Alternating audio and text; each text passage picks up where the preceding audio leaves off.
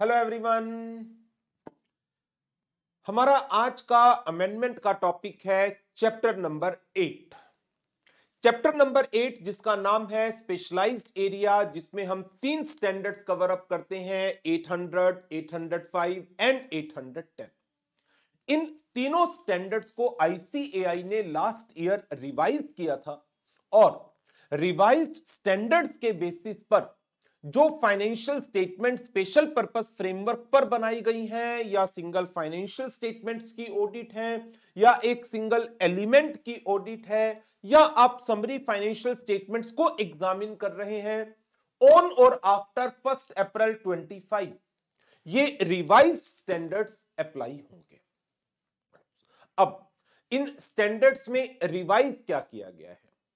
इन standards के अंदर जो रिवीजन्स की गई हैं, कुछ टॉपिक्स, कुछ पॉइंट्स, टॉपिक की जगह I can use the word points, नए डाले गए हैं। बहुत ही कम है, ऐसा नहीं है कि बहुत सारे नए पॉइंट्स डाले गए हैं। कुछ नए पॉइंट्स डाले गए हैं एंड कुछ पॉइंट्स जो आप 700 सीरीज के अंदर पढ़ते हैं, 701 में की ऑडिट मैटर, 720 में अदर इंफॉर्मेशन, 706 के अंदर ईओएम ओएम पैरा एंड 570 के अंदर एमयूआरजी का कॉन्सेप्ट, उन्हीं स्टैंडर्ड के कुछ एस्पेक्ट्स को 800, 805 के अंदर इनकॉर्पोरेट कराया गया है। सो स्टडी स्टार्ट करते हैं एसए 800 के साथ। बहुत छोटे छोटे चेंजेस हैं जो आपको ध्यान में रखने हैं। इनके ऊपर कोई क्वेश्चन आता है तो उन पॉइंट्स को आंसर्स में आपको कवर अप करना है। तो आज हम बात करेंगे सबसे पहले एसए 800 की। एसए 800 जिसका नाम है special considerations, that is audit of financial statement prepared in accordance with the special purpose framework. Now special purpose framework क्या होता है? वो framework that is designed to meet the financial information need of the specific user. Financial reporting framework that is designed to meet the financial information need of the specific user.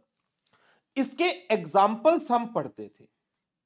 पहला example इसके अंदर जो हम पढ़ते थे that was cash receipt and disbursement basis of accounting.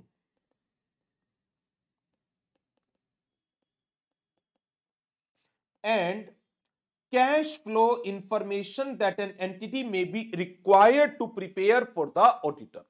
अब simple क्या किया इन्होंने, जो इस पॉइंट में cash receipt and disbursement basis of accounting था उसको सिंप्लीफाई कर दिया और वर्ड आ गया कैश बेसिस ऑफ अकाउंटिंग। तो यदि आप अकाउंटिंग के लिए एक्रूअल या मर्केंटाइल की जगह पर कैश बेसिस यूज करते हैं और कैश फ्लो इंफॉर्मेशन तैयार करते हैं for the purpose of creditors, then it will be considered as a special purpose framework. क्योंकि जनरल पर्पस फ्रेमवर्क में आप अपनी फाइनेंशियल स्टेटमेंट को एक्रूअल बेसिस पर बनाते हैं। तो चेंज क्या आया? Simple cash receipt and disbursement basis of accounting में जो रिसीट एंड डिसबर्समेंट वर्ड था वो कट गया, बस, और कोई चेंज नहीं। तो अकॉर्डिंगली आप एक क्वेश्चन जब पढ़ते हैं इसके ऊपर examples of special purpose framework, तो इसके एग्जाम्पल में पहले पॉइंट में चेंज आएगा, बस जो cash receipt and disbursement basis of accounting था तो वहां से आप रिसीट एंड डिसबर्समेंट वर्ड को काट दीजिएगा। Simply use the word cash basis of accounting and cash flow information that an entity may be required for the entity may be required to prepare for the creditors. तो ये एक बड़ा छोटा सा change है एसए 800 के अंदर। पहला इसके साथ एक और पॉइंट है जो स्टडी मटेरियल ने ऐड किया, अदरवाइज वैसे उसको पढ़ते थे आप। Reference to financial statement in this standard on auditing, it means a complete set of special purpose financial statement including the related notes. यदि आप कंप्लीट सेट की जगह एक सिंगल फाइनेंशियल स्टेटमेंट्स की ऑडिट करते हैं तो 800 के साथ साथ 805 भी अप्लाई होगा, यदि स्पेशल पर्पस फ्रेमवर्क पर आपकी सिंगल फाइनेंशियल स्टेटमेंट बनाई गई है। लेकिन अब यदि कंप्लीट सेट जनरल पर्पस के लिए बनाया गया है तो आपके 100 से 799 अप्लाई होते हैं। Complete set special purpose framework पर बनाया गया है तो इसमें 800 और ऐड कर दीजिए। कंप्लीट सेट की जगह पर यदि आप एक सिंगल फाइनेंशियल स्टेटमेंट की ऑडिट कर रहे हैं या एक specific element of financial statement को ऑडिट कर रहे हैं जो बनाया गया है जनरल पर्पस फ्रेमवर्क के ऊपर, तो आप प्लस 805 कर दीजिए। लेकिन यदि ये स्पेशल पर्पस फ्रेमवर्क पर बनाया गया है तो 800 और 805 दोनों अप्लाई होंगे। सो यदि आप सिंगल फाइनेंशियल स्टेटमेंट या एक एलिमेंट की ऑडिट करते हैं जो स्पेशल पर्पस फ्रेमवर्क पर बनाई गई है, क्योंकि स्पेशल पर्पस फ्रेमवर्क है 800 अप्लाई हो रहा है, और क्योंकि ये सिंगल फाइनेंशियल स्टेटमेंट या एक एलिमेंट की ऑडिट है तो 805 अप्लाई होता है। तो ये तो सब चीजें आपने पढ़ी हुई हैं, इसमें कोई चेंज नहीं है। बस सिंपल स्टडी मटेरियल ने जो पॉइंट ऐड किया है that is reference to the financial statement in SA 800 means a complete set of special purpose financial statement. लेकिन एक चीज ध्यान रखिएगा, यदि सिंगल फाइनेंशियल स्टेटमेंट भी है और वो स्पेशल पर्पस फ्रेमवर्क पर बनाई गई है तो 805 के साथ साथ 800 भी अपनी एप्लीकेशन लेता है।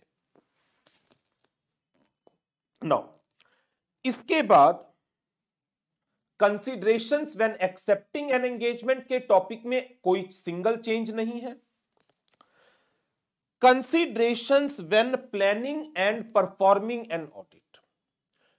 While we are planning and performing an audit of financial statement that are prepared using the special purpose framework, तो उसमें SA 200 की एक रिक्वायरमेंट हमारे सामने आती है। SA 200 क्या कहता है? Auditor shall determine whether the application of standard on auditing as per SA 200, auditor shall consider applicability of standards on auditing. Auditor is required to comply with all standards and all requirements of standards which are relevant. तो उसी के relation में SA 800 कहता है in planning and performing the audit, auditor shall determine whether application of SA requires the special consideration। और इसमें आपको ध्यान होगा, मैंने आपको SA 320 का एंड SA 260 के स्पेशल कंसिडरेशंस आपको करवाए थे। अब इसमें एक और पॉइंट ऐड किया गया है SA 315 का। बड़ा सिंपल पॉइंट है और उस पॉइंट को ऑलरेडी वैसे आपने पढ़ा हुआ है रिपोर्टिंग के साथ, बट अब वो प्लानिंग एंड परफॉर्मिंग में भी इन्होंने ऐड कर दिया है। It's okay.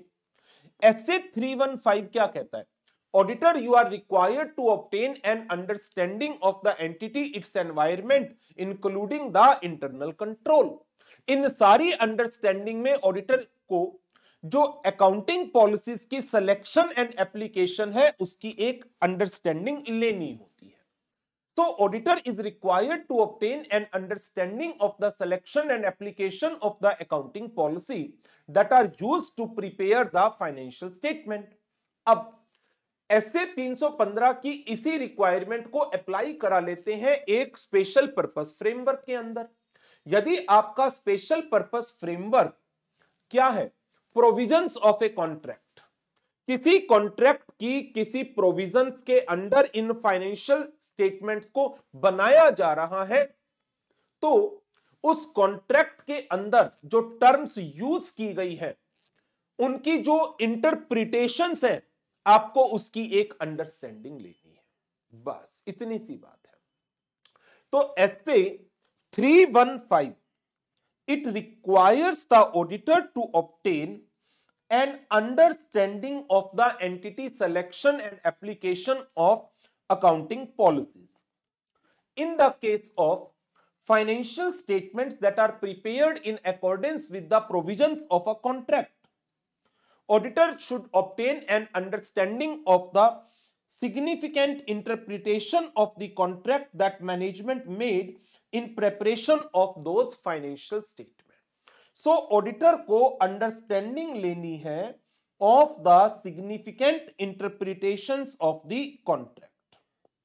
और significant interpretation means एक reasonable interpretation. तो ये जो significant interpretation है, ये significant बनेगी कब, किन सर्कमस्टांसिस में एक इंटरप्रिटेशन को सिग्निफिकेंट माना जाएगा।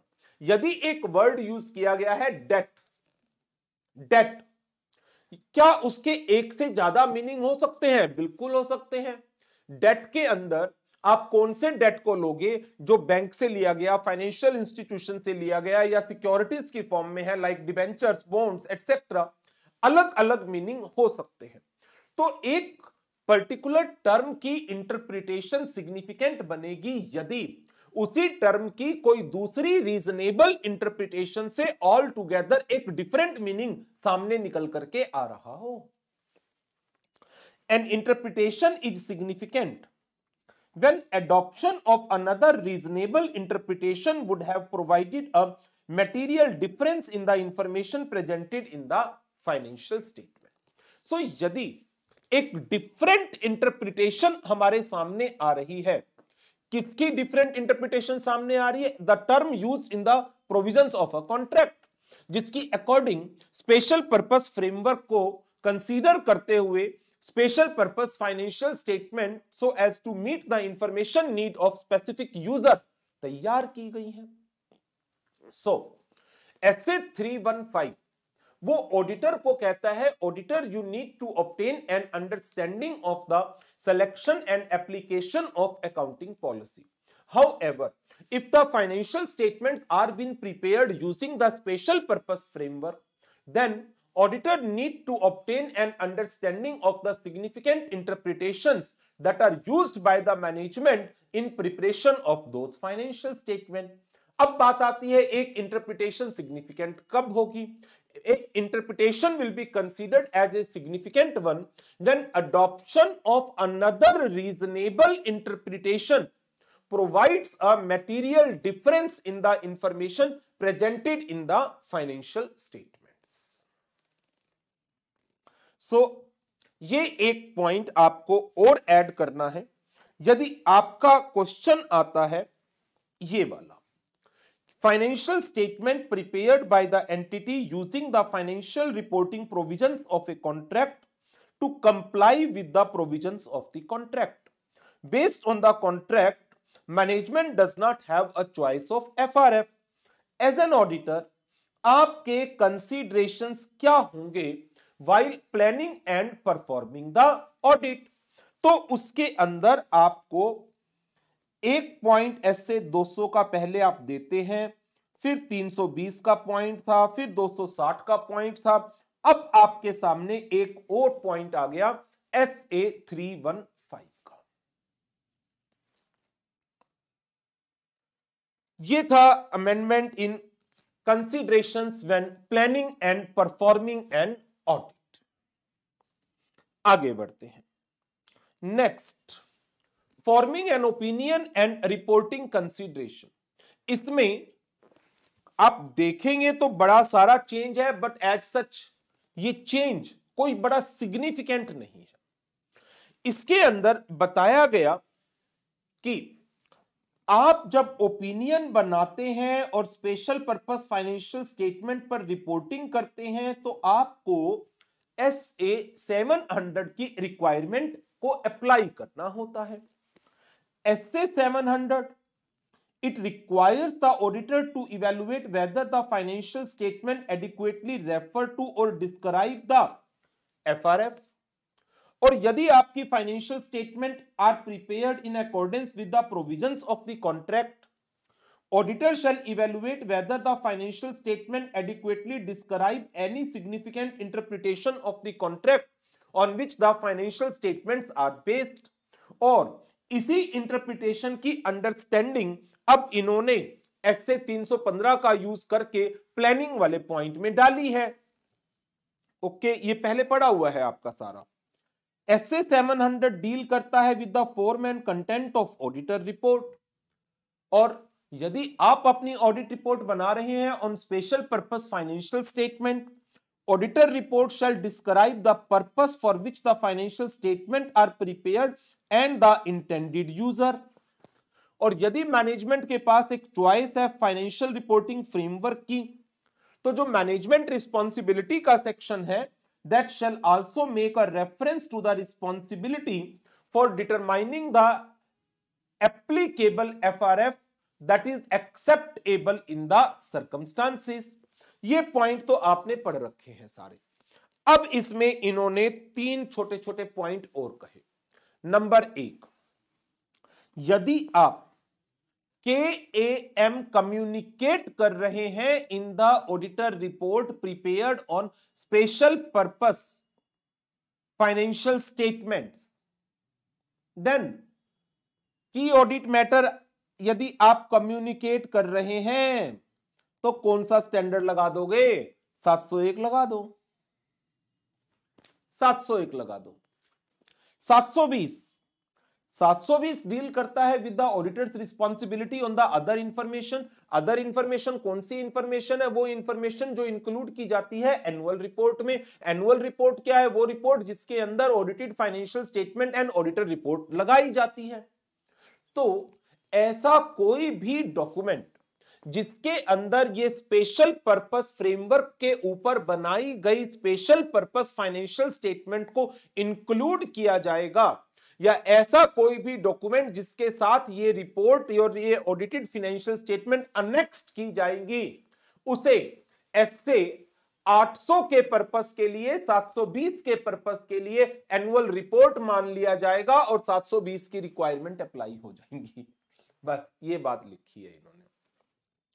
SA 720 deals with the auditor responsibilities relating to other information.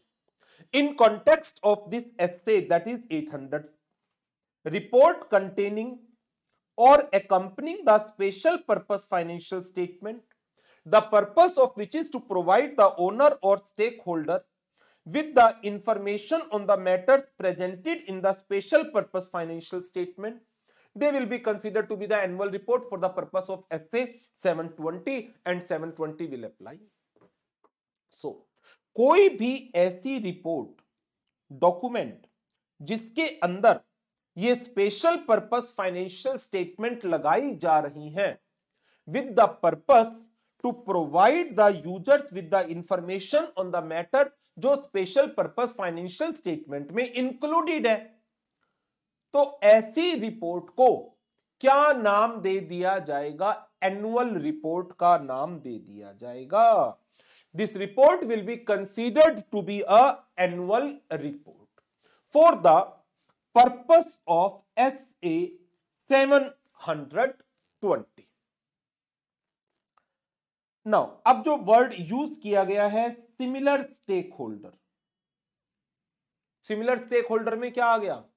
जो यूजर्स हैं जिनकी फाइनेंशियल इंफॉर्मेशन जरूरतों को इस स्पेशल पर्पस फ्रेमवर्क के डिजाइन के थ्रू फुलफिल किया गया है। तो यदि ऑडिटर को पता चलता है that entity is using such kind of report, कोई भी ऐसी रिपोर्ट जिसके अंदर ये स्पेशल पर्पस फाइनेंशियल स्टेटमेंट्स को इंक्लूड किया जाएगा, तो वो रिपोर्ट एनुअल रिपोर्ट होगी और उस रिपोर्ट के रेफरेंस में हमारे SA 720 की जो रिक्वायरमेंट्स हैं वो सच अप्लाई होगी। When the auditor determine that the entity plans to issue such a report, requirements of SA 720 apply to the audit of the special purpose financial statements। तो 1.701 का कहा कि यदि आप स्पेशल पर्पस फाइनेंशियल स्टेटमेंट के ऊपर बनाई गई ऑडिट रिपोर्ट में कोई की ऑडिट मैटर कम्युनिकेट करना चाह रहे हैं तो 701 अप्लाई होगा। नंबर 2, यदि स्पेशल पर्पस फाइनेंशियल स्टेटमेंट को किसी रिपोर्ट के अंदर इंक्लूड किया जा रहा है, then that report will be considered to be an annual report और उसके ऊपर SA 720 अप्लाई होगा। Number 3, auditor may deem it appropriate in an other matter para in the auditor's report on special purpose financial statement। OM para डाला जाएगा किसमें? Special purpose financial statements की audit report में। किस चीज का para? Auditors report on the complete set of general purpose financial statement or the matters reported therein as per SA 706। सो देखो, दो रिपोर्ट हो गई, एक जनरल पर्पस फ्रेमवर्क के ऊपर बनाई गई फाइनेंशियल स्टेटमेंट के ऊपर ऑडिट रिपोर्ट और एक स्पेशल पर्पस फ्रेमवर्क के ऊपर बनाई गई फाइनेंशियल स्टेटमेंट के ऊपर ऑडिट रिपोर्ट। आप इस ऑडिट रिपोर्ट में एक अदर मैटर पैरा डालते हैं जिसके अंदर आप रेफरेंस दे रहे हैं किसका? Audit report on the financial statement that are prepared on the general purpose framework, कि एक अलग रिपोर्ट अवेलेबल है जो जनरल पर्पस फाइनेंशियल स्टेटमेंट्स के ऊपर बनाई गई, तो अदर मैटर पैरा आ गया। सो auditor may deem it appropriate to refer in an other matter para in the auditor's report on the special purpose financial statement।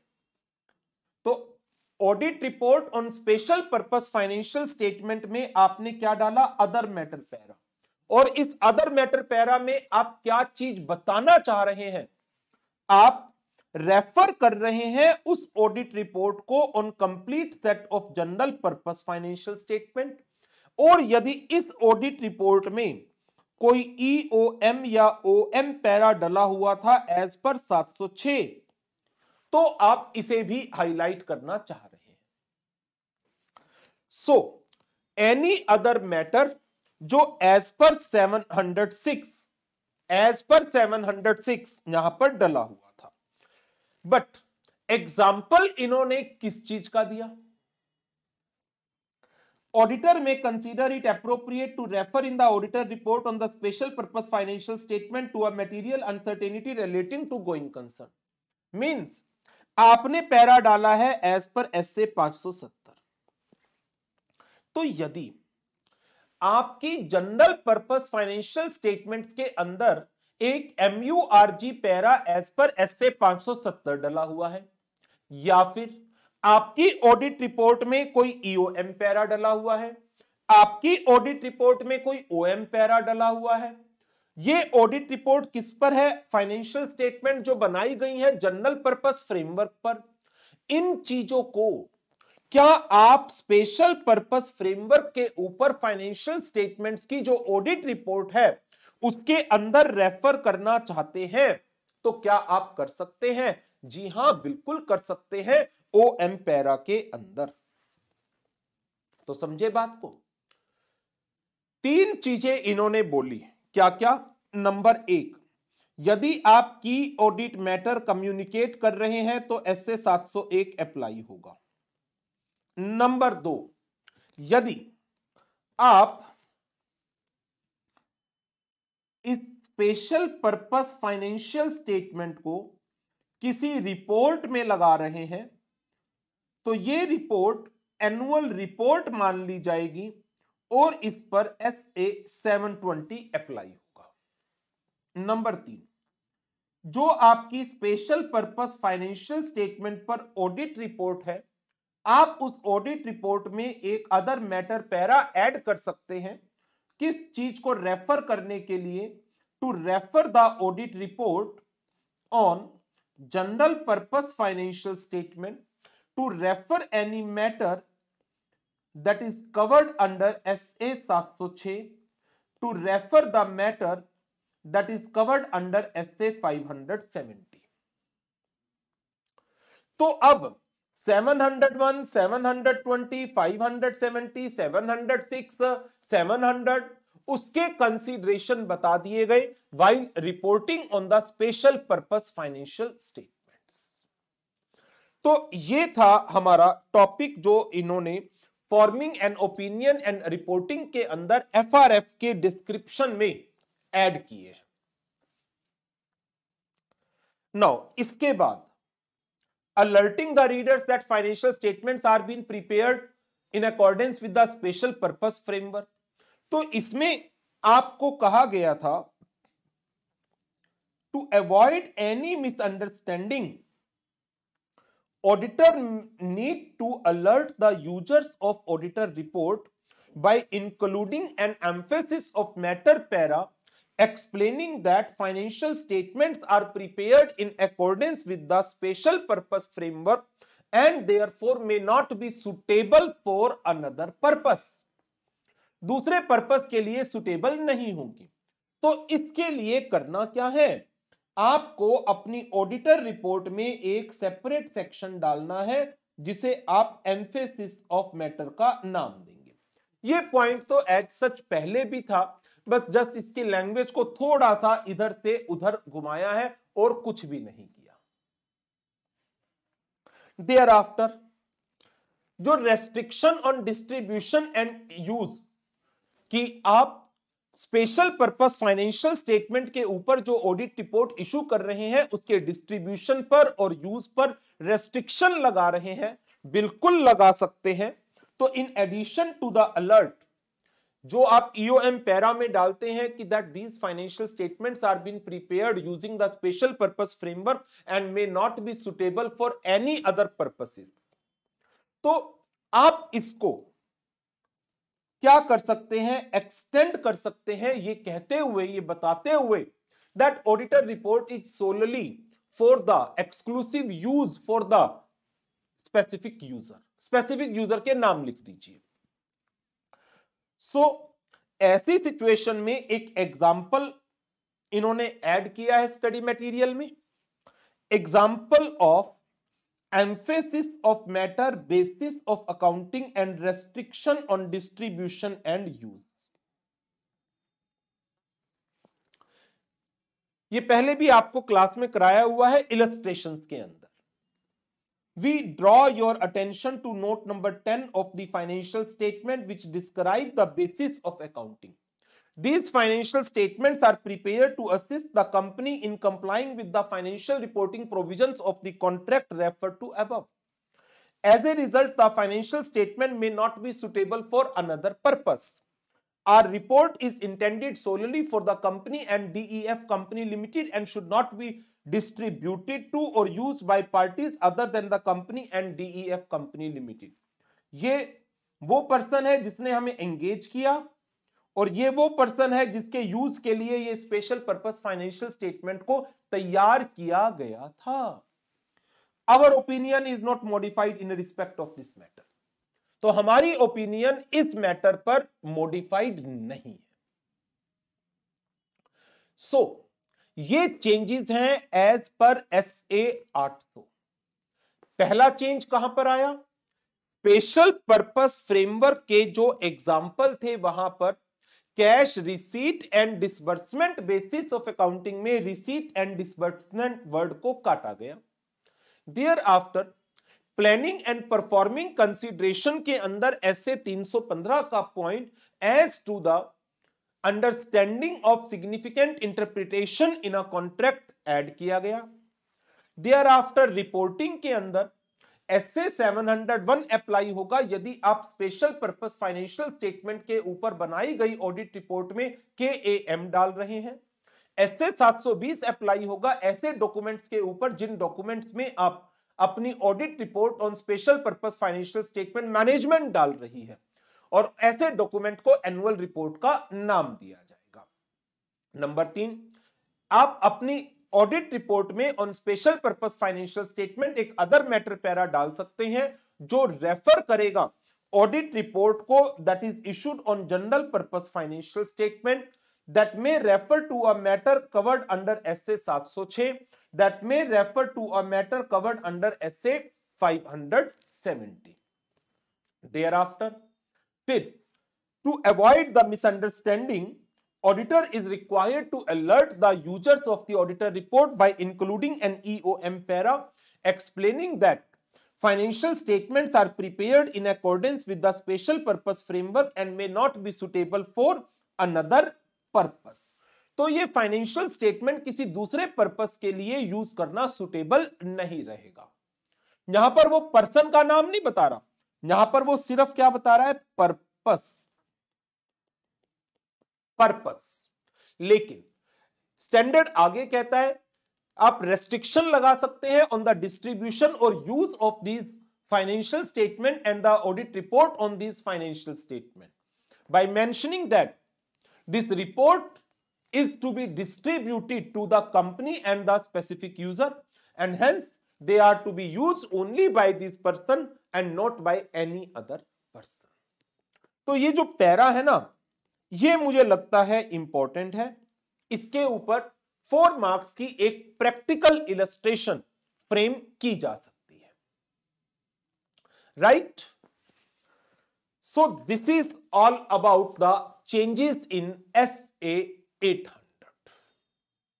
तो इस सेशन को यहीं पर ओवर करेंगे और नेक्स्ट सेशन के अंदर हम नेक्स्ट स्टैंडर्ड SA 805 के अंदर जो चेंजेस आए हैं उनकी चर्चा करेंगे। तो अब आपका एक काम है, मैं ये छोटे छोटे वीडियो ही बना रहा हूं। मेरा ऑब्जेक्टिव क्या है कि आप जिस टॉपिक को कवर करते हैं एक वीडियो के अंदर, उस टॉपिक की थॉरो रिवीजन इधर from class notes, main book, referencer, study material, जो भी आप बेस ले रहे हैं।